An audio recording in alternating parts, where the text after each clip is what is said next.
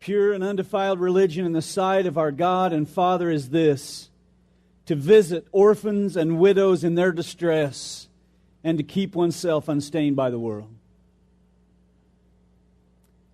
The law, the poetry, the prophets, the New Testament, all pulling on that theme that God has a special place in His heart for those that are vulnerable.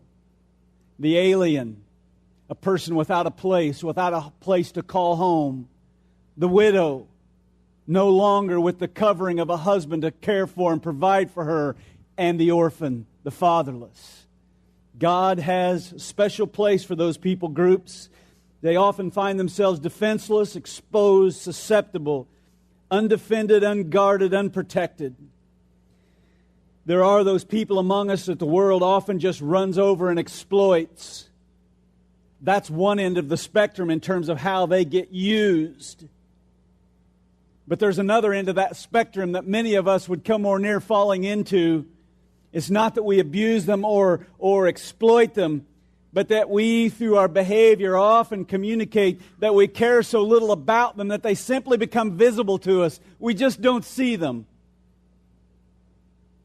And so, whichever end of the spectrum, it's far from God's heart.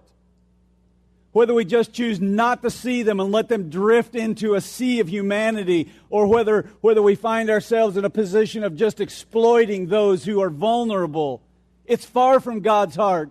God's heart is wrapped around their need, cares deeply for them.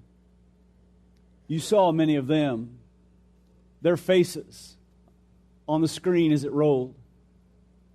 God desires that they would neither be exploited or forgotten, but that they would come to full reality of their relationship with Him and become everything that God has them designed for.